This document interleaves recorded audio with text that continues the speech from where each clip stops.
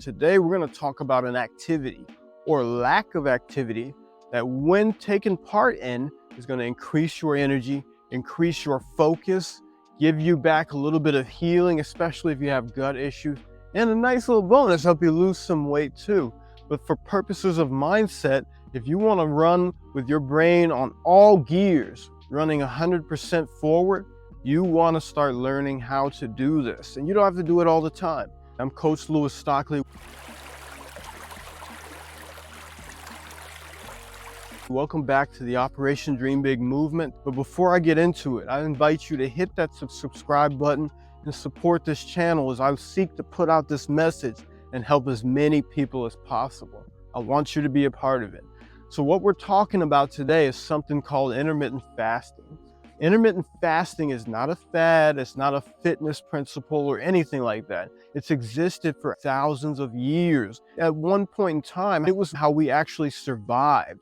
We didn't have grocery stores and fast food and delivery and TV dinners. So what did we do?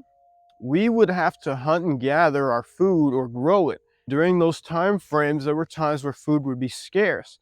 How did we make it through those spaces of time without any nourishment and maybe access to water? What we did is our body would go into what's called a fasted state, where it would learn to conserve its energy by producing an energy that's more powerful, that is easier access during those times. It takes your body fat, burns it, turns it into something called a ketone, sends that to your brain, sends it wherever it needs to go, and you're running on 100%. Sounds simple, right? But there is an actual process to get yourself there, and you have to do it slow and work your way into it, or the results could be the opposite of what you want. You're tired all the time, you're stressed all the time, you're frustrated all the time. So pay attention closely to the video because I'm going to teach you how to start this. Now with fasting, there's many ways to do this. There's a 16 to 8 window where you're not eating for 16 hours, then you're eating for 8 hours. There's one meal a day where every 24 hours you eat one meal.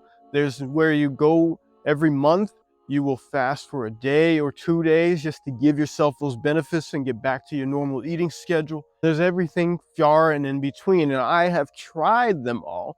I've been doing this for 7 years, so I'm here to give you some benefits of the most basic way to start, which is that 16-8 window. Now that is 16 hours of not eating with 8 hours of eating.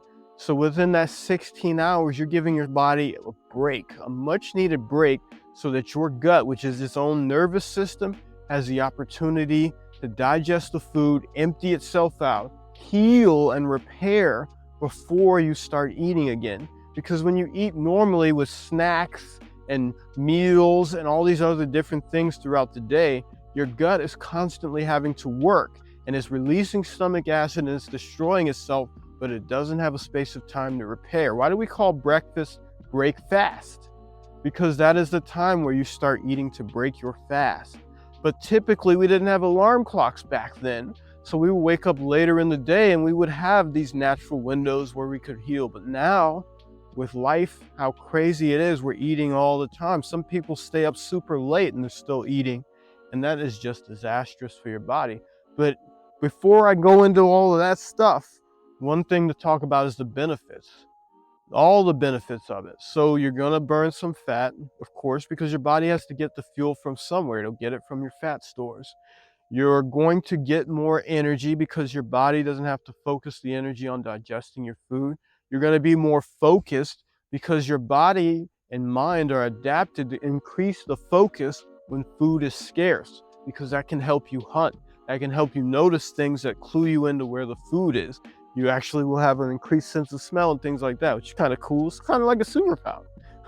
All those different adaptations are what you can take to give your mindset the edge it needs to get through to the next level, especially if you're in this sticky spot where you feel like you're stuck and you want to change something, but you're not sure what to change. Try intermittent fasting. So how do you get into intermittent fasting? What do you want to do to get into it? We'll talk about that in just a second, because I have a few disclaimers here. One of the biggest things I will say as a coach is don't try these things to the extreme. There are people that will fast without drinking water. which I get. Sometimes you want to do that, but you can't go more than 48 hours or less without water. So that's really dangerous. I do not recommend that. So don't go to the extremes with this. You don't need to go that far to get these amazing benefits. Now, how do you start this? The first thing that you want to make sure you do is set up a window or a plan of what your eating window and your non-eating window is going to look like. 16 to 8. So if your time frame is you're going to start eating around 4 or whatever that time frame you're going to start eating is, set your goal to work your way up to it.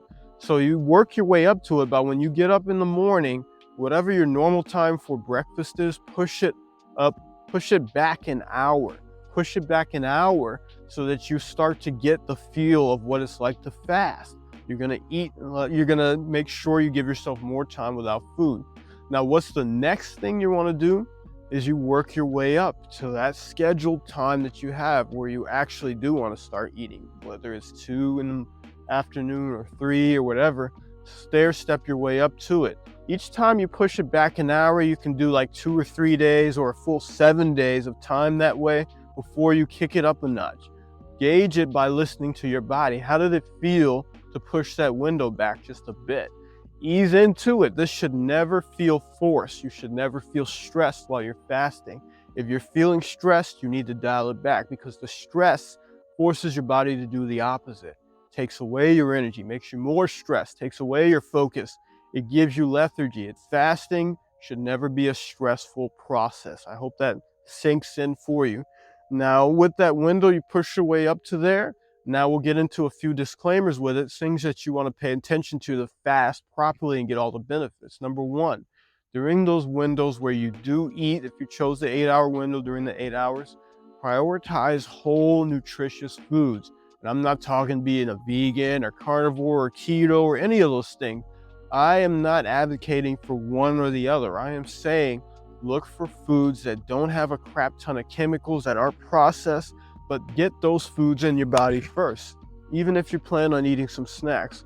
Because most likely you're going to get everything you need from that and you actually won't feel hungry after you eat those things. Give your body what it needs during that window so that when you go 16 hours without food, it can be just fine. It's already gotten everything it needs.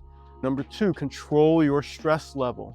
You want to make sure that your stress level is managed and maintained, because if you get too stressed out while you're going through this process of fasting, your body will release that cortisol into your bloodstream and start stacking it up, and you feel like you're in this tense fight or flight. You're angry all the time. You can't focus. You're tired. Brain fog happens. Nasty path to go down, but you can avoid it by making sure you manage your stress with certain controlled activities like meditation or journaling or breath work. Just taking a nice deep breath, you know? Notice how my voice changed just doing that one deep breath. It just got me relaxed. So you want to make sure you're managing your stress level. Number three, have an intention behind why you're fasting. If you're going to fast, make sure you know what you're after, because there are different ways to do this. And if you know what your goals are and what your intentions are, then it's a much easier process, because at certain points it is going to be a little uncomfortable, but it should never be something that you have to force yourself to go through with. But anyway, if you have any more questions about intermittent fasting or how to get started or what else you want to know about it, drop them in the comments below. I'll be happy to answer them for you.